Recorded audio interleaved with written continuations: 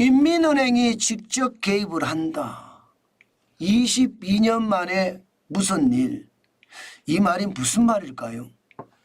일단 여러분, 중국에 대한 이야기라는 것은 먼저 우리가 생각을 해두자고요. 그리고 이 지표를 보자고요.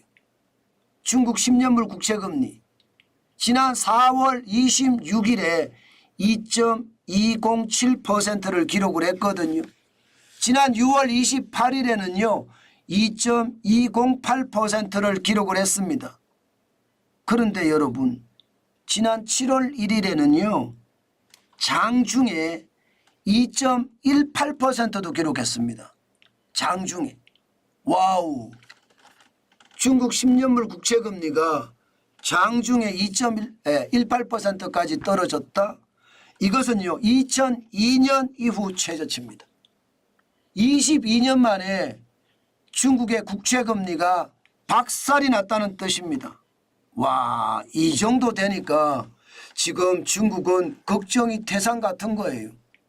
국채금리가 떨어진다는 것은 여러분, 나라 경제가 뭔가 위기 신호가 있다, 이렇게 해석할 수 있는 지표거든요.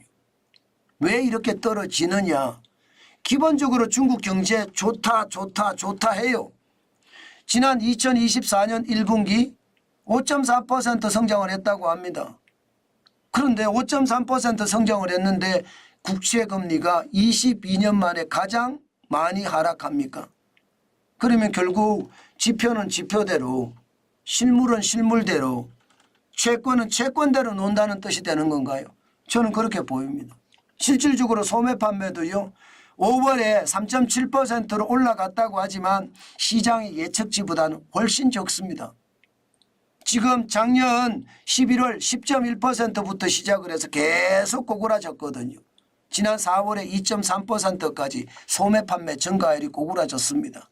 5월에 3.7% 올라갔다고 하지만 결국 지금 경제가 좋지 않다는 이야기잖아요. 국채금리도 지금 22년 만에 최저치까지 떨어졌고요. 그러니까 시장에서는요 이게 말이 안 되는 수치 아니냐 이렇게 이야기하면서 안 되겠다. 국채금리가 이렇게 떨어지니까 인민은행이 직접 개입을 해야 되겠다. 이렇게 나서기 시작한 겁니다. 무슨 얘기냐고요. 아니 국채금리가 떨어진다는 건 여러분 생각을 해보자고요. 채권을 사자예요. 그러면 수요자가 더 많다는 뜻이잖아요. 채권을 사자는. 수요자가 더 많다는 뜻이고 공급은 그대로라는 뜻입니다. 이 말은 여러분 뒤집어서 보면요. 채권 살 사람이 많다. 그만큼 시장의 유동성이 차고 넘친다. 네, 실제로 시중의 유동성 차고 넘칩니다. 지금 2019년에 199조 위안이 2023년에 292조 위안까지 됐거든요. 4년 새에 무려 통화량만 46.7%가 늘어났습니다. 93조 위안. 그런데 더 놀라운 것은 2023년에서 2024년 사이도 지금 굉장히 많이 늘죠. 결국은 300조 위안을 넘어섰습니다. 5개월 사이에 3.4% 10조 위안이 늘어난 거예요. 2023년에 292조 위안에서 2024년 5월에 302조 위안까지 늘었거든요. 우리 돈으로 하면 이게 5경입니다. 5경. 5경 7,283조 원이나 됩니다. 어마어마한 돈이죠. 이 정도 돈이면 세계 최대입니다. 통화량이. 미국에 뭐 이거 상대가 안 될 정도입니다. 그 정도로 말입니다. 미국이 거의 2배 가까이 되나요? 그러니까 돈이 차고 넘치니까 경제는 나빠져요. 투자할 때는 없어요. 그러면 어디로 갈까요, 여러분? 투자할 때는 당연히 여러분 금리로 갈 수밖에 없습니다. 채권으로 갈 수밖에 없습니다. 채권이 안전체잖아요. 금을 사든가 채권 사는 거예요. 그러면 채권을 사자 하는 사람들이 많으니까 당연히 말입니다. 공급은 그대로이니까 당연히 채권의 가격 자체는요. 당연히 사자가 많으면 올라갑니다. 그죠? 대신에 금리는요. 떨어집니다. 사자가 많으면. 그렇게 떨어진 겁니다. 게다가 중국의 금리 인하는 더 할 거라는 것까지 시장에서는 지금 계속 나오고 있습니다. 시장에서는 지금 사실상 중국의 기준금리라고 이야기하는 LPR 1년 만기 신규 대출 기준 말입니다. 지난 6월에 3.45% 유지했거든요. 지금 중국 경제가 성장률이 뭐 5.3%까지 올라갔다고 하는데 그걸 누가 믿는 사람이 없습니다. 결국은 금리 내려서 경기를 더 띄울 거라고 예상을 하는 거예요.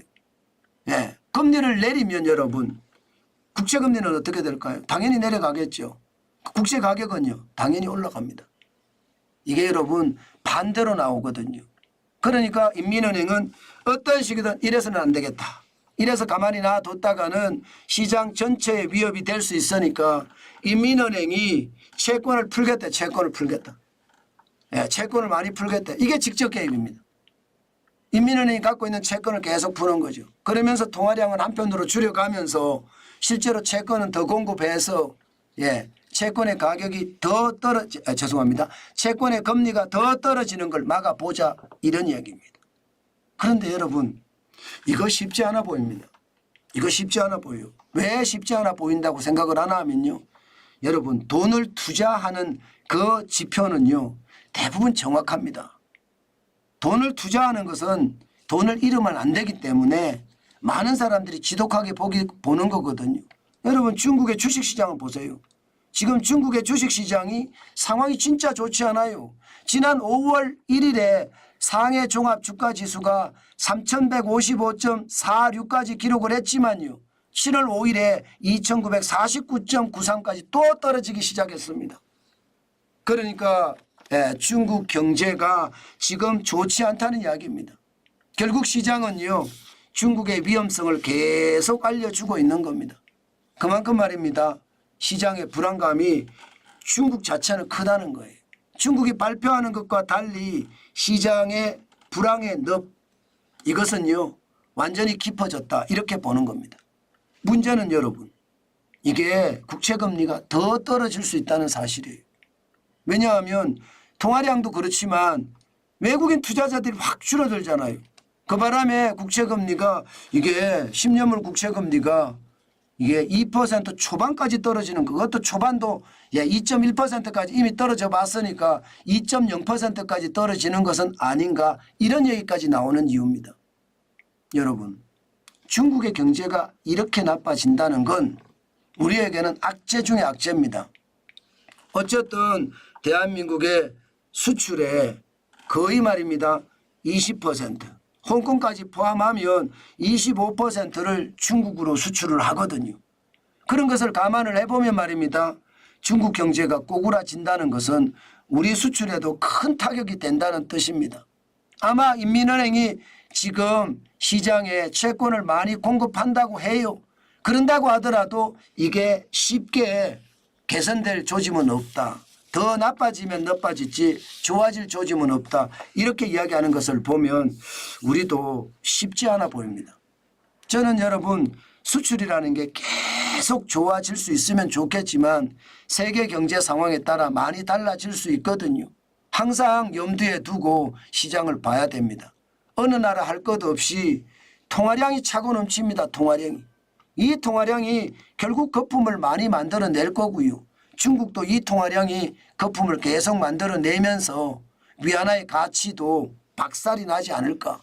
이미 박살이 났지만 말입니다. 더 박살이 나지 않을까 그런 예상도 해보는 거거든요. 그만큼 말입니다. 통화량이 시장 전체를 한 번쯤 말입니다. 아주 곤란하게 만들지 않을까. 저는 그렇게 생각합니다. 때문에 여러분 투자는 조심하시고 조심하시는 것 반드시 잊지 말아야 됩니다.